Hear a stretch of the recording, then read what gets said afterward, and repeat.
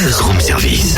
À côté de chez vous, il y a forcément quelqu'un qui fait le buzz. Vers l'infini et au-delà. Qui ne saute pas n'est pas Dijonais.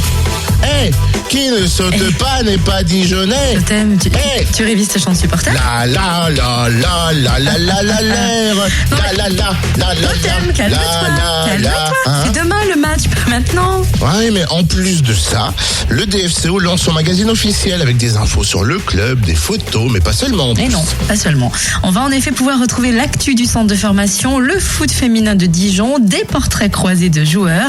Et on en parle avec Aurélien Gaudriot du service communication du DFCO. Bonjour Aurélien. Bonjour. Alors le cadeau, demain vendredi 14 mars, il y a le premier numéro du magazine officiel du DFCO, c'est ça? Exactement, donc on lance notre premier numéro du magazine officiel du DFCO à partir du 14 mars et donc il sera en vente tout d'abord au stade pour DFCO Le Havre et le lendemain dans les kiosques de Côte d'Or et à Dijon bien sûr. Vous avez ressenti une forte demande de la part des supporters pour la création de ce magazine? Écoutez, on a quand même 8000 spectateurs de moyenne à chaque match à Gaston Gérard depuis le début de saison.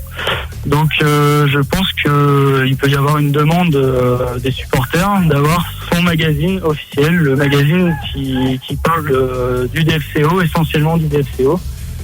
Et donc voilà, on a voulu permettre aux supporters d'avoir ce privilège car ça n'existe pas dans tous les clubs.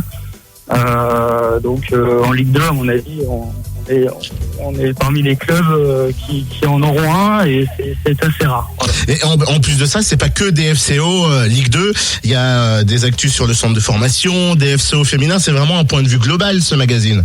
Alors en fait, on a souhaité dans ce magazine, on a souhaité aborder des thèmes qui ne sont pas forcément en rapport avec l'actualité, mais des thèmes un peu décalés, des reportages, des portraits.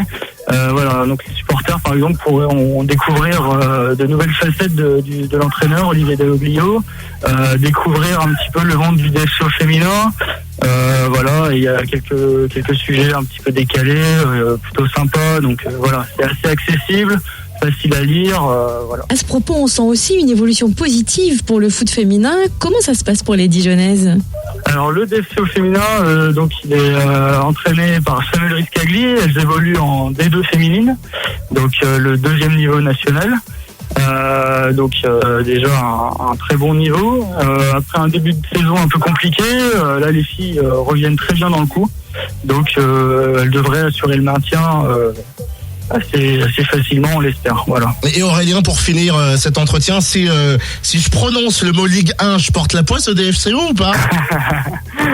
Écoutez, non, faut espérer que tu porteras pas la poisse au DFCO en disant ça. La Ligue 1, c'est l'ambition de cette saison et des années futures. Donc on espère l'atteindre dès cette saison, mais c'est vrai que la Ligue 2 c'est compliqué.